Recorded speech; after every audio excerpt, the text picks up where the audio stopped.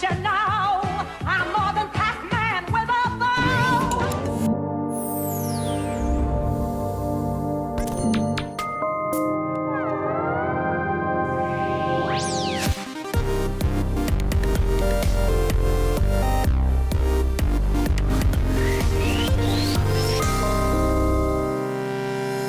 In this episode, we're going to shift the discussion away from plot devices to focus on a pattern in character design and conceptualization, which I've decided to call the Ms. Male character. As always, it's important to keep in mind that it's entirely possible to be critical of some aspects of a piece of media while still finding other parts valuable or enjoyable.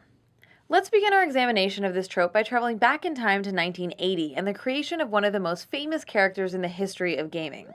Initially called Pac-Man in Japan, the name was later changed to Pac-Man when the game hit arcades in the United States.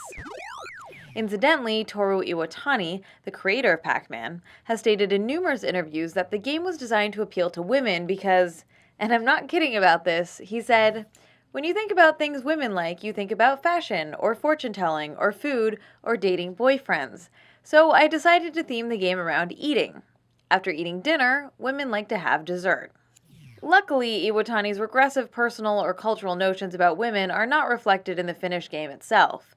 Pac-Man went on to become an international sensation and remains one of the most recognizable pop culture icons today. But probably not because women are genetically predisposed to like eating desserts more than humans of other genders. Hi, I'm Lily Tomlin. I'm a Pac-Man freak. It's all right. I can talk about it now. Of course, there was a time when I couldn't. The next year, a group of MIT students created a mod for the original Pac-Man arcade cabinets called Crazy Otto, which featured 4 new mazes and a new male hero with little legs. The idea was to sell this enhancement kit to arcade owners so they could breathe new life into older Pac-Man machines. But because of a separate lawsuit settlement with Atari, they decided to try and sell Crazy Otto directly to Midway, the US manufacturer of Pac-Man cabinets. As luck would have it, Midway was anxious for a follow-up to Pac-Man and worked to transform the mod into an official sequel. In an effort to continue appealing to female gamers, Crazy Otto was briefly changed to Pac-Woman, then to Miss Pac-Man, before finally becoming Ms. Pac-Man. An 11th hour move designed to avoid potential backlash for the third cutscene, which features a child born out of wedlock.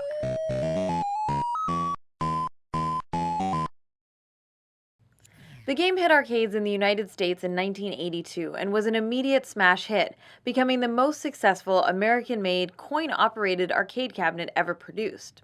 Like her predecessor, Ms. Pac-Man quickly achieved widespread cultural prominence, and it wasn't long before she was turned into a special marshmallow and added to Pac-Man's cereal. Pac-Man cereal's got a new surprise. When you look inside, it's shocking. Shocking pink, it's new Miss Pac-Man marshmallow. She's got a shocking pink bow. Ms. Pac-Man was not only one of the first playable female characters, but she also holds the distinction of being the original Ms. Male character in video games. I describe the Ms. Male character trope as a female version of an already established or default male character. Ms. Male characters are defined primarily by their relationship to their male counterparts, via their visual properties, their narrative connection, or occasionally through promotional materials. This trope is of course part of a long tradition in visual storytelling. The process of creating Ms. Male characters out of pre-existing male heroes has been especially popular in animation and comic books over the past century. When the female spin-off is an exact duplicate, she is sometimes referred to as a distaff counterpart. Even though the Ms. Male character did not originate with video games, developers have made generous and frequent use of the trope over the years, especially in games marketed towards young people and general audiences. It's Mr. Arcade. And Miss Arcade. Miss Arcade. Wow. Don't talk to Miss Pac-Man. Into the tunnel. That couple's in love. Yeah, with Miss Pac-Man. Let's explore this trope in a little more depth by asking a simple question. How do we know what gender a particular character is? Other than their names, how do we know that the collection of pixels on the right signal male, while those on the left indicate female? Well, in order to differentiate Ms. Pac-Man from her already world-famous counterpart, her creators added a series of stereotypical design elements. With only a few pixels to work with, designers built on top of the original Pac-Man template, adding a red bow, red lipstick, an eye with makeup, long lashes, and a mole as beauty mark. Even though Ms. Pac-Man is essentially a personified shape, in promotional materials she's presented in high heels with long legs, jewelry, and sometimes a feather boa. The design elements that were used to transform Pac-Man into Ms. Pac-Man are referred to as feminizing gendered signifiers. The bow, the makeup, the long eyelashes are all specific stylistic choices. They're all part of our culture's visual vocabulary, intended to convey information about gender to the viewer. Game designers use these stereotypical attributes as a sort of shorthand to quickly identify a given character as female. Childlike hair decorations are by far the most frequent accessory used for this purpose. It's standard practice for creators to just put a bow on top of anthropomorphized animals or personified objects in order to communicate that a character is not male. The Bobble series stars heroes Bub and Bob, who are charged with rescuing their female counterparts and respective love interests Peb and Pab. Lala is a feminized version of the male hero Lolo in the Adventures of Lolo series. Mimi fills this role as the main protagonist's girlfriend in the Super Monkey Ball games. In Disney's popular Where's My Water mobile games, we know that Allie is female because she's the only alligator who wears a bow. The Adult Swim game Giant Boulder of Death takes the trope to ridiculous extremes by gendering a pink boulder with a giant pink bow before she's stuffed in the refrigerator to motivate the blue boulder to seek revenge. Now, the interesting thing is that these gendered signifiers are really quite arbitrary and abstract. There's nothing about a bow in and of itself that's intrinsically or essentially feminine. It's just a piece of colored fabric, after all. But our society currently assigns a very specific, socially constructed, and strictly enforced meaning to that piece of fabric. It's a symbol that conveys the concept of female, and invokes the idea of girlhood. The indie game Rogue Legacy has an interesting system whereby you can be randomly assigned the choice of either male or female heirs to play on each run. The characters are essentially identical both mechanically and aesthetically, except for a very minor difference in their breastplate styles. So far, so good. But all the female heirs also have a strangely conspicuous and completely unnecessary lavender-colored bow on top of their armor. This is a classic example of put a bow on it.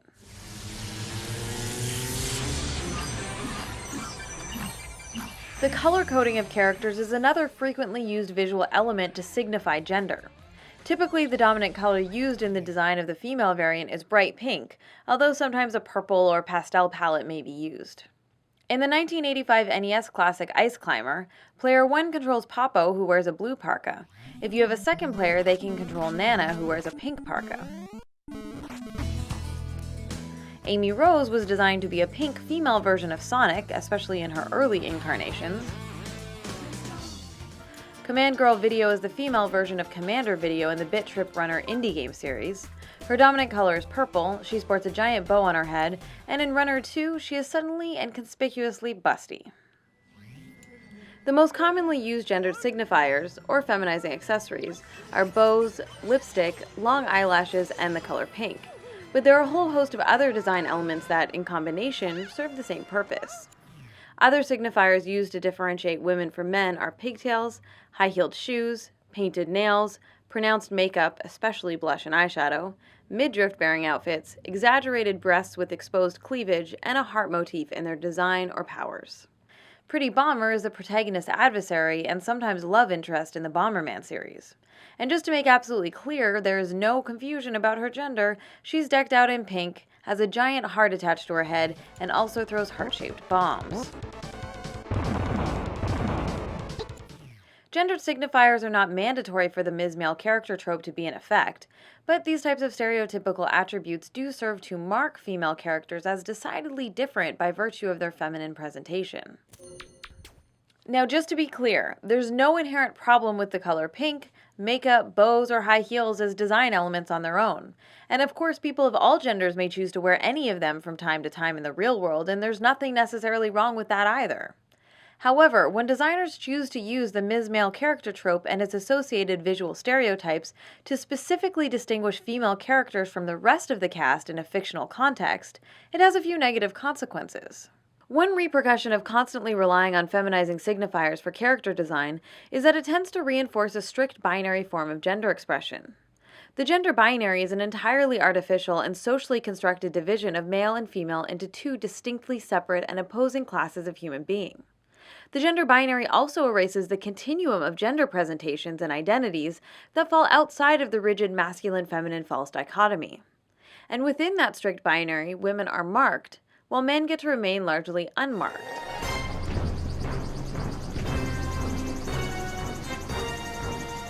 In the Mario franchise, the Koopalings were originally described as Bowser's 7 children.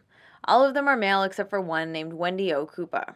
We know she's female because her designers use practically every hyper-feminine frill and accessory available to separate her from her male siblings. Wendy's 6 brothers, by contrast, are unmarked by gendered identifiers, which means they get to be presented in a variety of creative ways. Ludwig's design communicates intelligence and arrogance, while Lemmy's reveals his playfulness, and Iggy's makes him seem maniacal and a little unbalanced. Sadly, Wendy's identity is limited by the fact that she's covered in superficial gendered signifiers. One look at her and you know she's female, but not much else. As with many Ms. Male characters, her defining characteristic is her gender. Wendy also suffers from a parallel condition I like to call personality female syndrome, wherein female characters are reduced to a one-dimensional personality type consisting of nothing more than a collection of shallow stereotypes about women. She's vain, spoiled, bratty, and quick to anger. I don't care! I want America for my birthday! I want it! When female characters are marked by obligatory stereotypical identifiers, it actively limits the range of available options by enforcing a narrow, restrictive, and monolithic model for the portrayal of femininity. Meanwhile, since male characters are allowed to be unmarked, it permits a much wider array of possibilities for their designs. I should note that even though pink and purple are strong gendered indicators when combined with other feminizing visual markers, those colors are not the exclusive domain of women. An expanded color palette is something we do see applied to men on rare occasions, as with Kirby, Bomberman, or Roy Koopa, but they are the exception to the rule and are typically only found in colorful, childlike, and extremely male-dominated worlds.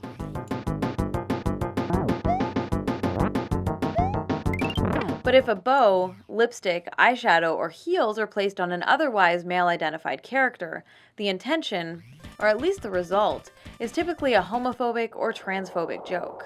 Hey, Darrow! Fight! There are a few optional design accessories for men like neckties or baseball caps, but they don't hold the same significance. They're not ubiquitous or strictly enforced, and they're never really used to mark men as not female in larger fictional universes dominated by women. Maxwell is the hero of the popular Scribblenauts series. In the 4th game, Scribblenauts Unlimited, we're introduced to his twin sister Lily, who's basically a feminized copy of Maxwell. The two are identical except for a series of gendered signifiers designed to mark her as female. In the game, we learn that Lily is one of 42 children. All 41 of the other siblings are male, and all have some trait or interest associated with their name that serves to define their personality. There's Artie the artist, Buzz the astronaut, Glum the emo rocker, and so on and so forth, and all are unlockable and playable during the course of the game. By contrast, Lily's personality trait is essentially being Maxwell's twin. She has no associated interest or hobby other than being the female version of the game's hero. In addition to being a Ms. Male character, Lily is also a particularly pronounced example of another related trope called the Smurfette Principle. The term was coined back in 1991 by feminist author Katha Pollitt, and is of course named after the only female Smurf in Smurfville. The Smurfette Principle is the tendency for a piece of media to include only one woman in an ensemble of male characters. The trope is a pervasive problem in video games, manifesting as the token chick in any given grouping of heroes, villains, or non-playable characters. An exceptionally stark example of the trope can be found in the original Mega Man series. Over the course of 10 games, there are 78 bosses or robot masters, and exactly one of them is female, Splash Woman, who appears in the 9th game. In the Wii U game The Wonderful 101, 6 of the 7 color-coded playable heroes are men. The one exception is, of course, the pink hero named Wonder Pink. In addition to her Smurfette status, she's also afflicted with personality female syndrome. I got in late last night, but there was this party, and then the after party, and then the after party. I needed a major powder break to freshen up before meeting you guys. Wonder Pink is shallow, vain, materialistic, and flies into a rage at the drop of a hat. You can find Smurfettes in just about every genre, from dungeon crawlers to racing games, from RPGs to shooters. Paulette sums up the crux of the Smurfette problem nicely in her New York Times article. The message is clear. Boys are the norm, girls the variation. Boys are central, girls peripheral. Boys are individuals, girls types. Boys define the group, its story, and its code of values. Girls exist only in relation to boys. With that in mind, let's come back to Ms. Pac-Man for a moment. One of the core consequences of the Ms. Male character trope is that it helps to define women by their connection to men. So despite her tagline, more than Pac-Man with a bow, Honey, don't you know I'm more than Pac-Man with a bow? Ms. Pac-Man's visual properties are simply an extension of Pac-Man's original design. She actually kind of is just Pac-Man with a bow. Her simple narrative reinforces the fact that she really only exists in relationship to Pac-Man. She's both his love interest and also the mother of his child.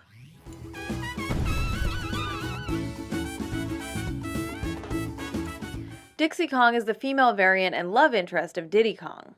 Note the ponytail and hair ringlets, pink shirt, pink hat, earrings, and eyelashes, all to distinguish her from her predecessor. Essentially, Ms. Male characters are feminized imitations or derivative copies of already established male characters. They exist only because of and in relationship to their male counterparts. Ms. Male characters typically aren't given their own distinctive identities and are prevented from being fully realized characters who exist on their own terms. This has the perhaps unintended effect of devaluing these characters and often relegating them to subordinate or secondary status inside their respective media franchises, even when they are on rare occasion given a starring role in a spin-off or sequel. One very old and notable example of the Ms. Male character trope comes to mind. As the story goes, God made Adam in his own image and then later took a rib from Adam's side and fashioned a woman out of it to be his wife and companion. This Adam and Eve version of the creation myth reinforces a subordinate view of women. Man is cast as the original concept and source code for woman, who is derived from his body. Essentially, Eve is a sequel to Adam, just as Ms. Pac-Man was built from the body of Pac-Man who came before her. In a male-identified society like ours, men are associated and become synonymous with human beings in general. In other words, male tends to be seen as the default for the entire species. In video games, male identification manifests as a tendency for all characters to be male by default, unless there's some special reason or specific justification for women to be present in the story. To help illustrate one of the ways the male as default phenomenon operates in gaming worlds, let's take a look at the mobile mega hit Angry Birds. When the game was first released in 2009, the 5 original birds in the flock were identified by their color and did not include any specific gendered signifiers. Over time, as the game has grown in popularity and the brand has expanded to include numerous spin-offs, real-world merchandise, and a weekly cartoon series, the birds have been given more distinct personalities and actual names. Mobile developer Rovio first began gendering birds in February 2011 with the release of their Valentine's-themed episode for Angry Birds Seasons, which includes Ms. Male character versions of the red bird, the white bird, and a female pig as love interests. Note the bows, makeup, and long eyelashes. There's a larger unintended consequence to marking these birds as female with feminizing gendered signifiers. It reinforces that all the other birds and pigs without these specific visual cues are all male by default unless otherwise noted. The addition of the pink bird to the main flock in 2012 further entrenched male as the default setting for the Angry Birds universe. I should mention that Rovio later stated that the white bird was also female and named her Matilda. This revelation led to a character redesign which has feminized the white bird by adding pink accents, rose cheeks, and long eyelashes in the Angry Birds cartoon series, just to make absolutely clear that she is female. Over in the Mushroom Kingdom, we have Toadette, who is both a Ms. Male character and the only woman among the mushroom people.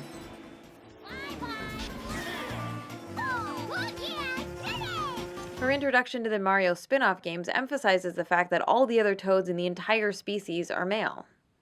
Both the Smurfette Principle and the Ms. Male character tropes create scenarios that reinforce a false dichotomy, wherein male is associated with the norm, while female is associated with a deviation from the norm. Everything we've discussed in this episode thus far has been related to visual design or narrative connection, but there's another way that the Ms. Male character trope can manifest itself, and that is through marketing and promotional materials. A great illustration of this trend can be found in BioWare's highly regarded Mass Effect series. The games offer players a choice between a male or female version of the protagonist, Commander Sheppard, each with a range of cosmetic customizable options. The female option is well designed, and her overall narrative is nearly indistinguishable from her male counterparts, aside from some of the romance options. However, if we take a step back from the game experience itself and look at the marketing campaigns for the trilogy, we see that the female variant of Sheppard is practically non-existent. In mainstream advertising of the franchise, the male commander is used almost exclusively. His image is front and center on the box covers for all releases, including the special editions. He's the one featured in the TV commercials, teasers, trailers, web banners, street posters, and print ads, and his face appears on most of the magazine covers. All of this positions the male Commander Sheppard as the default protagonist of the series. One man, one very specific man, might be all that stands between humanity and the greatest threat of our brief existence. That is how BioWare is selling the Mass Effect experience. Nearly everything about the advertising campaign explicitly tells players that Commander Sheppard is a man, and by extension associates the official storyline with the male version of the hero. This marketing strategy contributes to the fact that only 18 to 20% of players choose the female option, despite the fact that Jennifer Hale's voice acting is widely praised as being far superior. You brought me here to confirm what you already know. The Reapers are here. Still, the female version has a dedicated fan base who frequently refers to her as FemShep. And although this is meant as an affectionate nickname, it does further highlight her designation as a Ms. Male character. She is the one with the qualifier attached to her name. She is female Sheppard, whereas the male version simply gets to be Sheppard. During the advertising of Mass Effect 3, BioWare made a little more effort to include female Sheppard with items like an alternative reversible slipcover for the game box, which features the male version by default, as well as a special web-only trailer, but these gestures feel like an afterthought or niche specialty marketing, and hardly what I would call a substantial or equitable inclusion. While Mass Effect's advertising strategy might not undermine the story or gameplay, it is a glaring example of how the Ms. Male character trope can be perpetuated by marketing departments unless careful consideration is given to how gender is represented when advertising games that do offer players a choice. Now, it's certainly true that in many cases the games starring the female variant are better gaming experiences overall, and taken on their own, each individual example we've covered in this episode might seem relatively benign or trivial. But the reason this series focuses on tropes is because they help us recognize larger recurring patterns. Both the Ms. Male character and the Smurfette Principle have been normalized in gaming and in mass media more broadly. So much so that the two tropes usually pass under the radar and are often reproduced unconsciously, which is part of what makes the myths they perpetuate about women so powerful and insidious in our culture. The truth of the matter is that there's really no need to define women as derivative copies of men or to automatically resort to lazy, stereotypical, or limiting gendered signifiers when designing video game characters. It was at that moment that Claire realized she had superpowers. Claire is a simple blue cube and one of the more memorable characters from the indie game Thomas Was Alone. We know she's female because of her name, her narrative, and the pronouns used during gameplay. Claire's gender presentation doesn't reduce her to her gender or separate her from the rest of the cast. Claire needed to come up with a superhero name as soon as possible. Half of the playable characters in Towerfall are women, and the game is also notable for its color code inversion. The Last of the Order wears blue, while the Assassin Prince is decked out in pink. Indie games like Knit Underground, Scary Girl, It'll Do, and the iOS title Lily, all have female characters who resist gendered stereotypes. Each of these indie games avoids falling back on the Ms. Male character trope or relying on narrow, superficial visual markers as a stand-in for personality. The visual aesthetics of these female characters displays a range of gender expression and presentation using a variety of hairstyles, color choices, and accessories. Developers can also choose to give players the opportunity to get to know the personalities, interests, and struggles of their characters. Even with minimal narrative or limited graphics, it is entirely possible to make games that feature dynamic women who exist on their own terms. Remember, it all starts with a harmless quarter. but it can turn to tragedy just like that.